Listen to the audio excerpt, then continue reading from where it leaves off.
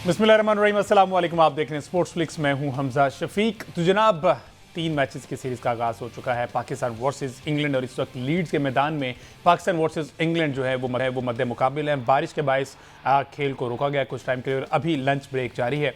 Toss हुआ जी, toss जीता जो रूट ने। टॉस जीतकर पहले उन्होंने फील्डिंग का फैसला किया, जो कि ऐसा ये एक्सपेक्ट नहीं कर रहे थे। यही चाह रहे थे कि जो भी टॉस जीतेगा वो पहले बैटिंग करेगा और रन जो है वो स्कोर बोर्ड पर सजाएगा, लेकिन ऐसा उन्होंने नहीं किया। उससे ज़रा हट के उन्होंने पहले बॉलिंग का फैसला किया, क्योंकि उनको अपनी बॉलिंग डिपार्टमेंट पे बहुत ज़्यादा यकीन है कि एज़ अर्ली एज़ पॉसिबल ये ब्रेक थ्रू दिलाकर ये सारी सूरत हाल अंडर कंट्रोल कर लेंगे। और ऐसा ही हुआ कि पहली ही गेंद पर अजान अवैस जो है वो LBW हुए और चलते बने, और उसके कुछ ही देर बाद शान मसूद 5 रन बनाकर रॉबिन्सन की गेंद पर आउट हो गए। इस तरह से अब सूरत हाल है कि 23 पर पाकिस्तान के 2 खिलाड़ी आउट हैं। अब्दुल्ला शफीक और इमामुल हक जो हैं वो इस वक्त क्रीज पर मौजूद हैं। एक तो ये खबर होगी, दूसरी ये कि अब से कुछ ही देर पहले पाकिस्तान में जो ट्राई नेशन सीरीज़ होनी है, जिसमें पाकिस्तान, श्रीलंका और इंग्लैंड है, इससे पहले श्रीलंका और पाकिस्तान की 4 अक्टूबर से सीरीज़ स्टार्ट हो जाएगी। 4 अक्टूबर से लेके ये नवंबर तक ये सूरत हाल जाएगी, जहाँ पर ये ट्राई नेशन सीरीज़ भी होगी, बायलैटरल सीरीज़ भी होगी। उसमें T20 है, ये जो ट्राई नेशन है वो तो वाइट बॉल सीरीज़ है, इसमें टेस्ट भी खेले जाएंगे अगेंस्ट श्रीलंका। तो ये कुछ सूरत हाल बनी हुई है, इसको हम आगे चल के डिस्कस करें। तीसरी बड़ी खबर जी, हॉकी वर्ल्ड कप के वाले, जिसमें पाकिस्तान और भारत के दरमियान आज एक बड़ा मार्का होने वाला है। डू और डाई मैच है पाकिस्तान के लिए, क्योंकि अगर ये पाकिस्तान मैच हार जाता है तो पाकिस्तान वर्ल्ड कप की दौड़ से बाहर हो जाएगा। और ना सिर्फ अभी इंडिया के खिलाफ जीत ज़रूरी है, बल्कि वेल्स और इंग्लैंड के मैच में भी उनके रिजल्ट पर भी पाकिस्तान डिपेंडेंट होगा। बहरहाल फर्स्ट ये प्रायोरिटी होनी चाहिए कि अपना मैच तो जीते ना, दूसरों का दारोमदार बाद का। ये सारी सूरत पर बात करेंगे। हमारे साथ मौजूद होंगे senior sports analyst Ahmed Saeed साहब, और साथ ही साथ हमारे साथ मौजूद है Ali Tanoli. Welcome to both of you ji. सबसे पहले स्क्वाड का देख रहे थे जी, प्लेइंग 11 अहमद सईद साहब, अजान अवैस हैं जी, इमामुल हक हैं, शान मसूद, असद शफीक, साउद शकील, मोहम्मद रिजवान, सलमान अली आगा बतौर कप्तान इस टेस्ट मैच में हैं, अली उस्मान है, खुरम शेख, मोहम्मद अली, मोहम्मद अब्बास। तो हम 3 फास्ट बॉलर, 1 स्पिनर के साथ जा रहे हैं, और अजान अवैस को हमने एक और चांस दिया, जिसमें अनफॉर्चुनेटली वो कामयाब नहीं रहे। जी हाँ, देखें स्क्वाड में अगर हम देखें तो सबसे बड़ी जो मिस है वो तो यकीन बाबर आजम है। हाँ। और बाबर आजम पाकिस्तान की टीम में जगह नहीं बना पाए हैं, जिसकी वजह से आज भी जब वो मैच शुरू होने से पहले कंडीशन को देखने के लिए ग्राउंड के अंदर आया तो उन्हें अपने हाथ के ऊपर जो है वो कवर लिया हुआ था, प्रोटेक्टिव कवर। तो इसका मतलब ये है कि बाबर आजम को रिस्क नहीं लिया है टीम मैनेजमेंट ने, जो कि मैं समझता हूँ कि अच्छा फैसला है। उसके बाद अगर देखें तो एक नाम जिसको पाकिस्तानी टीम में होना चाहिए था, मेरा ख्याल है वो आमिर जमाल का नाम है। क्योंकि आपने जो पेस बॉलर्स के नाम पे आपने जो 3 पेसर रखे हुए, उनमें से मोहम्मद अली और मोहम्मद अब्बास तो पेसर नहीं है, वो तो 125, 130 तक के बॉलर हैं। जो आपके पास पेस बॉलर है वो सिर्फ एक खुरम शहजाद है, और खुरम शहजाद का भी हम जो रिसेंट पास देखते हैं उसमें उनका पहला स्पेल, दूसरा स्पेल ठीक आता है, लेकिन तीसरे स्पेल में आके उनकी भी स्पीड जो है वो कम हो जाती है। तो आमिर जमाल एक ऐसे पेसर थे हमारे इस अवेलेबल स्क्वाड के अंदर, आमिर जमाल और उबैद शाह, जो जिन्हें आप पेसर कह सकते हैं, जो तेज बॉल कर सकते हैं। उसमें से उबैद शाह जाहिर है कि अभी इतना एक्सपीरियंस नहीं है कि उनको टीम का हिस्सा बनाया जाए, लेकिन आमिर जमाल जो क्रिकेट खेलते भी रहे हैं काउंटी वहाँ पर इंग्लैंड के अंदर, और उनके पास जो है वो जिसे कहते हैं कि तेज बॉल करने की सलाहियत भी है। तो मेरा ये ख्याल है कि एक जो मिसिंग है वो लिंक जो है वो तो ये है। अली उस्मान के बारे में हमने कल भी बात की थी कि अगर पाकिस्तानी टीम को कोई स्पिनर शामिल करना है तो वो अली उस्मान ही होना चाहिए, साजिद खान नहीं होने चाहिए। तो ये इंक्लूजन शायद इसलिए पाकिस्तान की टीम ने की है कि जिस तरह से आप देखेंगे वो एक्सपेक्ट कर रहे हैं कि ये मैच जो है वो लंबा जाएगा, और इस मैच के अंदर जो विकेट तब्दील होगी तो हमें यहाँ पर स्पिनर की जरूरत पड़ेगी। लेकिन इंग्लैंड जो है वो ऑल पेस अटैक के साथ आया। अगर हम इंग्लैंड की लाइनअप देखें, इंग्लैंड की और पाकिस्तान की लाइनअप को अगर हम कंपेयर करें तो हमें लगता है कि वही जो हम पहले बात कर रहे थे कि एक होता है कि किसी ग्राउंड की जो जनरल परसेप्शन है, एक होता है ऑन द डे उस ग्राउंड की कंडीशन क्या है। तो ऑन द डे ग्राउंड की जो कंडीशन है उसको देखते हुए उन्होंने 4 पेसर भी खिलाए हैं, और उसको देखते हुए उन्होंने टॉस जीतकर जो है वो पहले फील्डिंग करने को भी तरजीह दी है बैटिंग करने के बजाय। जबकि लीड्स के अंदर हम आमतौर पर देखते हैं कि टीमें पहले बैटिंग करती है, चौथी इनिंग उसमें मुश्किल होती है लीड्स का जो ग्राउंड है वहाँ पर, लेकिन जो रूट ने ऐसा नहीं किया है। अच्छा, इंग्लैंड की जहाँ तक बात है तो उसमें आप देखें कि इंग्लैंड ने रिवायत से हटकर एक काम ये किया है कि उन्होंने अपनी टीम एक दिन पहले अनाउंस नहीं की, जिस तरह वो आमतौर पर करते हैं। जिस तरह से बेसबॉल और का जो उनका पूरा एरा था बेन स्टोक्स का, और उनके जो कोच थे ब्रेंडन मैकलम, वो एक दिन पहले अपनी टीम में अनाउंस कर दिया गया। लेकिन इस बार इंग्लैंड ने ऐसा नहीं किया, तो कहीं ना कहीं उनके पास भी सिलेक्शन डायलेमा था, लेकिन उन्होंने ऑन द डे जो टीम सेलेक्ट की है, मेरा ख्याल है कि उसी को बेस बनाकर उन्होंने पहले फील्डिंग को भी तरजीह दी है। अब ये देखना ये होगा कि ये पिच किस तरह से बिहेव करती है, लेकिन जिस तरह से ओवरकास्ट कंडीशन आई हैं अभी, जिस तरह से बारिश हुई है, इसका मतलब यह है कि दूसरे जो होना है सेशन उसके अंदर बॉल ज्यादा सीम ज्यादा स्विंग होगा। बिल्कुल तो इंग्लैंड ने वो अर्ली एडवांटेज भी लेने की कोशिश की है टॉस जीतकर, जिससे पाकिस्तान महरूम रहा है टॉस हार के। तो इस वक्त पाकिस्तान के लिए चैलेंज ये है कि रन ऑन द बोर्ड चाहिए, और इंग्लैंड के लिए इस वक्त एडवांटेज ये है कि ओवरकास्ट कंडीशन है, उनके पेसर्स को यहाँ पर हेल्प मिलेगी। अली जनोली साहब, sir what's your take on it? ये पहले तो प्लेइंग 11 में बात करते हैं, दूसरा ये कि जो पेसर्स की बात की कि यहाँ पर आमिर जमाल का होना जरूरी था, वो एज एन ऑलराउंडर बड़ा अच्छा परफॉर्म कर सकते थे यहाँ पे। जी, अगर पिच की बात की जाए तो ग्रीन टॉप विकेट थी और उसको उस पर थोड़ा सा घास कम किया गया इस वजह से कि थोड़ा सा उसको बैटिंग विकेट बनाया जाए। पर आपने देखा कि पहली बॉल से ही वो कहीं से वो बैटिंग विकेट नहीं नजर आई। तो इससे नजर आता है कि जो है अभी वहां पे फास्ट बॉलर्स वो ज्यादा मैक्सिमम आपके लिए काम करेंगे और पेस ज्यादा काम करेगी, जबकि ये अच्छा इंक्लूजन है कि अब्बास को लाया गया है, खुरम शहजाद हैं, ये अच्छे पेस अटैक है, इनसे हमारी उम्मीदें जो हैं वो काफी ज्यादा हैं। पर इसके साथ साथ मसला ये है कि सिर्फ विकेट्स ही नहीं लेनी, पर वहां पे रन भी इतने होने चाहिए कि बॉलर्स को इतना टाइम मिले कि वो विकेट ले सकें और रन को डिफेंड कर सकें। अगर आप देखें बिल्कुल पहली बॉल से तो बड़ा जो इन स्विंग आया है तो वो बड़ा अनइवन सा था, वो आप एक्सपेक्ट नहीं कर रहे थे। और उसके अलावा अगर बात भी की जाए जो दूसरे हमारे शान मसूद हैं, उनको भी जैसे एलबीडब्ल्यू है, बॉल स्केट कर रहा है, बॉल तेज आ रहा है, अनइवन बाउंस है और सीम भी जो है वो आपको नजर आ रही है कि सीम भी जा रहा है और फास्ट ट्रैक है, बाउंस भी है। तो ये चीजें बड़ी मुश्किल हैं। इसके साथ साथ आपको देखना भी होगा आपका जो बैटिंग ऑर्डर है उसको भी आपने बेहतर करना है। और जो मैं समझता हूँ कि यहाँ पे शान मसूद को कैप्टेंसी का रोल देना चाहिए था, क्योंकि वो एक उनकी जो लेगेसी है टेस्ट क्रिकेट को लेके, वो टेस्ट कैप्टन बेहतर हैं, जबकि वो बात भी करते हैं यहाँ पे, वो इन्होंने इंग्लैंड में अच्छी क्रिकेट खेली हुई है। जबकि आप ये साथ मशवरा भी देते थे कि जी अगर आपने मीडिया को फेस कराना है तो वो शान मसूद को फेस कराएं।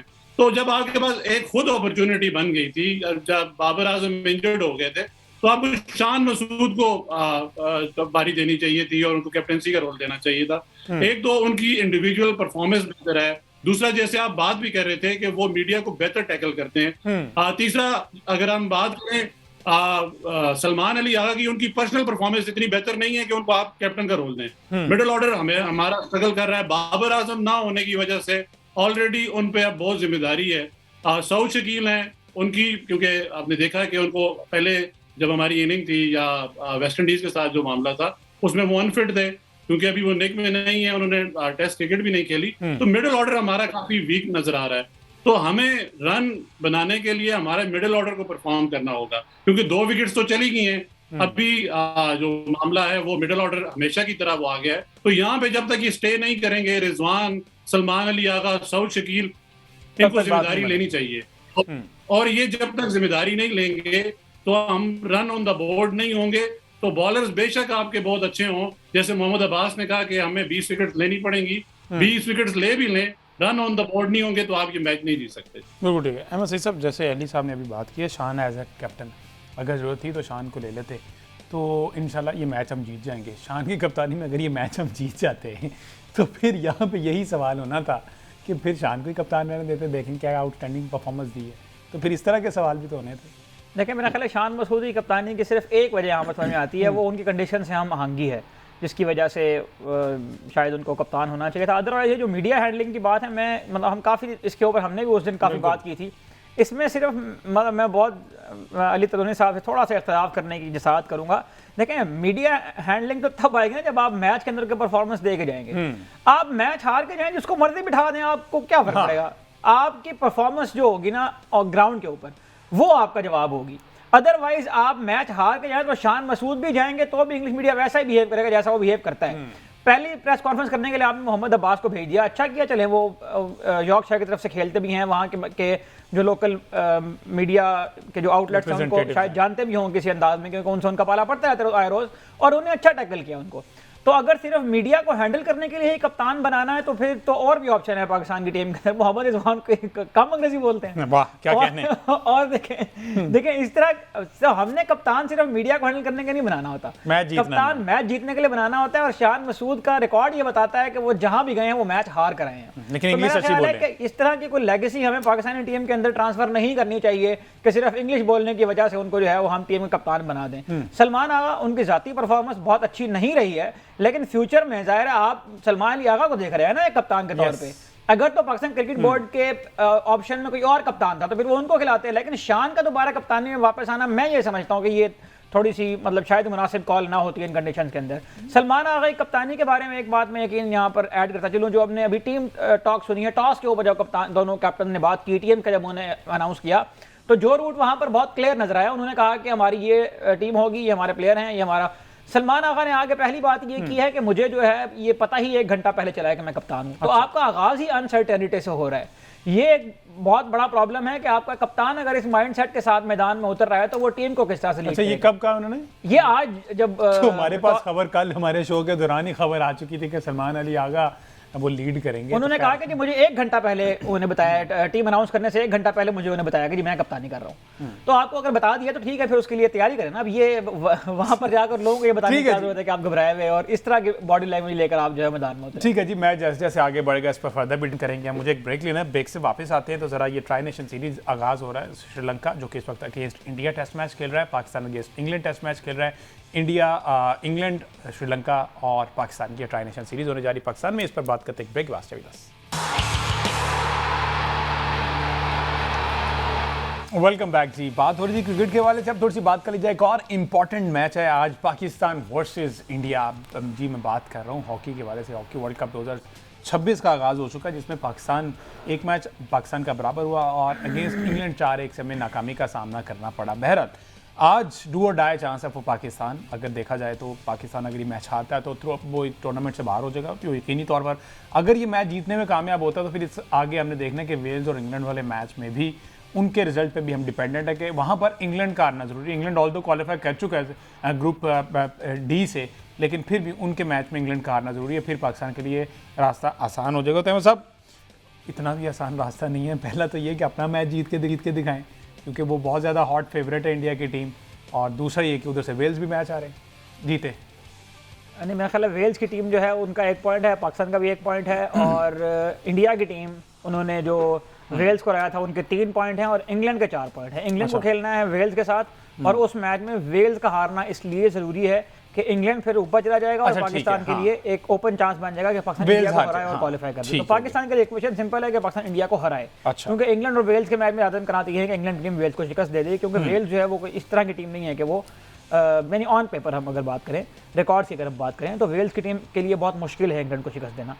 पाकिस्तान के लिए एज इट स्टैंड्स इंडिया को हराना मुश्किल जरूर है, नामुमकिन नहीं है। बिल्कुल ऐसे। पाकिस्तान की टीम अगर हम ओवरऑल रिकॉर्ड्स की बात करें तो इंडिया से वे अहेड। 82 मैचेस पाकिस्तान ने जीते हैं, 69 मैचेस इंडिया ने जीते हैं, और जितने भी इवेंट्स हैं, वर्ल्ड कप्स हैं, एशियन गेम्स हैं, उन सारों में हमारा हेड टू हेड रिकॉर्ड अभी तक उनसे बेहतर है। हालांकि हम 2016 से लेकर अब तक इंडिया से कोई मैच नहीं जीते हैं, और इंडिया जो है वो 17 मैच जीत चुका है। पिछले 19 में से 2 मैच ड्रॉ हुए, 17 इंडिया जीता है। 19 मैचों में हम कोई मैच इंडिया से नहीं जीते हैं इस वक्त। उसके बावजूद भी हमारा, यानी मैं बताना ये चाह रहा हूँ कि कितना ग्लोरियस पास्ट हम हॉकी में एंजॉय करके आए हैं, कि उसके बावजूद भी अभी इंडिया पाकिस्तान से बहुत ही ज़्यादा दूर है हेड टू हेड रिकॉर्ड की अगर बात करें। लेकिन इस वक्त सूरत हाल ये है कि पाकिस्तान की हॉकी एक ऐसे मोड़ के ऊपर खड़ी है कि जहाँ पर कोई सिमत नज़र नहीं आती है, प्लेयर्स के अंदर कोई पैशन नज़र नहीं आता है, प्लेयर्स के अंदर कोई ऐसी अर्ज नज़र नहीं आती है कि वो जाकर पाकिस्तान के लिए परफॉर्म करें। अभी वर्ल्ड कप से पहले हमारे पास कोच नहीं था, वर्ल्ड कप जब करीब आया तो मेकशिफ्ट अरेंजमेंट के तौर पर एक फॉरेन कोच को हायर किया गया, और फॉरेन कोचेज आमतौर पर पाकिस्तान की हॉकी टीम के साथ इसलिए अटैच होते हैं कि वो टूर्नामेंट टू टूर्नामेंट हमारे साथ अटैच होते हैं, कोई लॉन्ग टर्म प्लान नहीं होता। वो आते हैं, टूर्नामेंट खिलाते हैं, हम तनख्वाह लेते हैं और साइड पे जाते हैं। तो ऐसे में ना प्ले ग्रूम होते हैं, ना आपका कोई लॉन्ग टर्म प्लान बन पाता है, ना आपकी हॉकी ग्रो कर पाती है। और वही मसाइल जो पिछले 8-10 साल से पाकिस्तान की टीम के साथ हैं कि पाकिस्तान जो है वो चंद एशियन टीम्स की भी सेकंड टियर जो टीम्स है उनके खिलाफ अच्छा खेलता है, और फिर जो टॉप नॉट टीम्स आती हैं वो चाहे यूरोप की हो चाहे एशिया की, उनके खिलाफ हम स्ट्रगल करते हुए नजर आते हैं। दूसरी बात यह है कि मतलब मैं एक ऐसा शर्मनाक वाकया इस टूर्नामेंट के अंदर हुआ है कि जिसको सुनने के बाद शायद हम ये तसव्वुर भी नहीं कर सकते हैं कि ये वो टीम है कि जो शायद हम चाहते हैं कि पाकिस्तान की टीम इंडिया को रहे, हम चाहते हैं कि पाकिस्तान आगे जाए, हम चाहते हैं कि पाकिस्तान वर्ल्ड कप जीते, हम उसको सेलिब्रेट करना चाहते हैं, और हम बतौर स्पोर्ट्स फैन हम पाकिस्तान की किसी भी खेल में जीत के लिए मतलब हमारी आंखें जो है वो इसको देखने के लिए तरस गई हैं। तो हम ये चाहते हैं कि पाकिस्तान जीते, लेकिन हम उसको अगर कंपेयर करें अपनी तैयारियों के साथ, अपने रवैयों के साथ, अपने एटीट्यूड के साथ, तो जो हमारा पहला मैच था उसमें हम अपना प्रोटेक्टिव गियर लेकर जाना ही भूल गए थे। जब हमें पेनल्टी कॉर्नर डिफेंड करना था। और फिर जो हमारे साबिक कप्तान है अमाद बट, उनको ख्याल आया, वो जाकर लेकर आया इस दौरान हमारा जो स्टैंडिंग कैप्टन है उनको येलो कार्ड देकर उन 2 मिनट के लिए बाहर कर दिया था। तो ये वो बेसिक लेवल की मिस्टेक है जो शायद क्लब लेवल पर भी हमें देखने को नहीं मिलती, और पाकिस्तान का इसमें ज़ाहिर है पूरी दुनिया में हमारा नाम खराब हुआ है। तो उसके बाद हमने वेल्स की टीम के खिलाफ कम बैक करने के बाद जो हमने मैच ड्रॉ कर लिया, अगर वो मैच हम जीत जाते तो शायद हम ज़्यादा कॉन्फिडेंस से मैदान में उतरते। बट नॉनदलेस ये इंडिया और पाकिस्तान का मैच है, और इंडिया और पाकिस्तान का मैच किसी भी खेल में हो उसमें वो टीम कामयाब होती है जो प्रेशर को अच्छे अंदाज में हैंडल करने में कामयाब हो जाए। हमारी नए ख्वाहिशात पाकिस्तान की टीम के साथ हैं। हम चाहते हैं कि हनान शाहिद स्कोर करें, हम चाहते हैं कि हमाद बट शाइन करें, हम चाहते हैं कि हमारे जो कप्तान हैं उन समेत बाकी जो पूरी टीम है वो भी हमें आकर परफॉर्म करके दे और पाकिस्तान इस मैच को विन करे। ये थोड़ा सा मुश्किल ज़रूर है लेकिन ये नामुमकिन नहीं है। और पाकिस्तान की टीम अगर हम देखें तो एक बात यह है कि जो इंडिया ने को शिकस्त हुई है इंग्लैंड के हाथों से, उसने भी ये बताया कि इंडिया की टीम के अंदर इस वक्त लूप होल मौजूद है। इंडिया की टीम एक ऐसी टीम है जिसको एक्सप्लॉइट किया जा सकता है। तो यकीनन पाकिस्तान के थिंक टैंक्स बैठकर इसके ऊपर सोच रहे होंगे। अभी 6 बजे मैच शुरू होना है। पाकिस्तान की टीम उम्मीद है कि इंडिया की टीम को शिकस्त देकर नेक्स्ट राउंड के लिए क्वालिफाई, नेक्स्ट राउंड में दोबारा ग्रुप्स बनेंगे, उसके बाद जो है वो फिर नॉकआउट मैच शुरू होंगे। तो पाकिस्तान न सिर्फ इंडिया को शिकस्त दे बल्कि ग्राउंड के लिए भी क्वालिफाई करे। हमारी ख्वाहिशात भी हैं, हमारी तमन्ना भी है, हम चाहते भी हैं। लेट्स सी जी, होप फॉर द बेस्ट। 6 बजे ये मैच लगना है, इसका जो भी रिजल्ट निकलेगा उसको आने वाले शोज़ में डिस्कस करेंगे। उम्मीद यही करते हैं, दुआ ये करते हैं कि पाकिस्तान ये मैच जीते, अगले राउंड के लिए क्वालिफाई करे। और हॉकी को ज़ाहिर है हम बीइंग फैन जो हैं, क्रिकेट तो देखते हैं लेकिन हॉकी को भी सपोर्ट करना ये हमारा फ़र्ज़ है क्योंकि हमारा कौमी खेल है। तो हम इसको फुली सपोर्ट करेंगे। इंशाल्लाह हॉकी का टीम जो है वो अच्छा परफॉर्म करेगी और अगले राउंड के लिए क्वालिफाई करेगी। मुझे दीजिए इजाज़त, अल्लाह हाफ़िज़।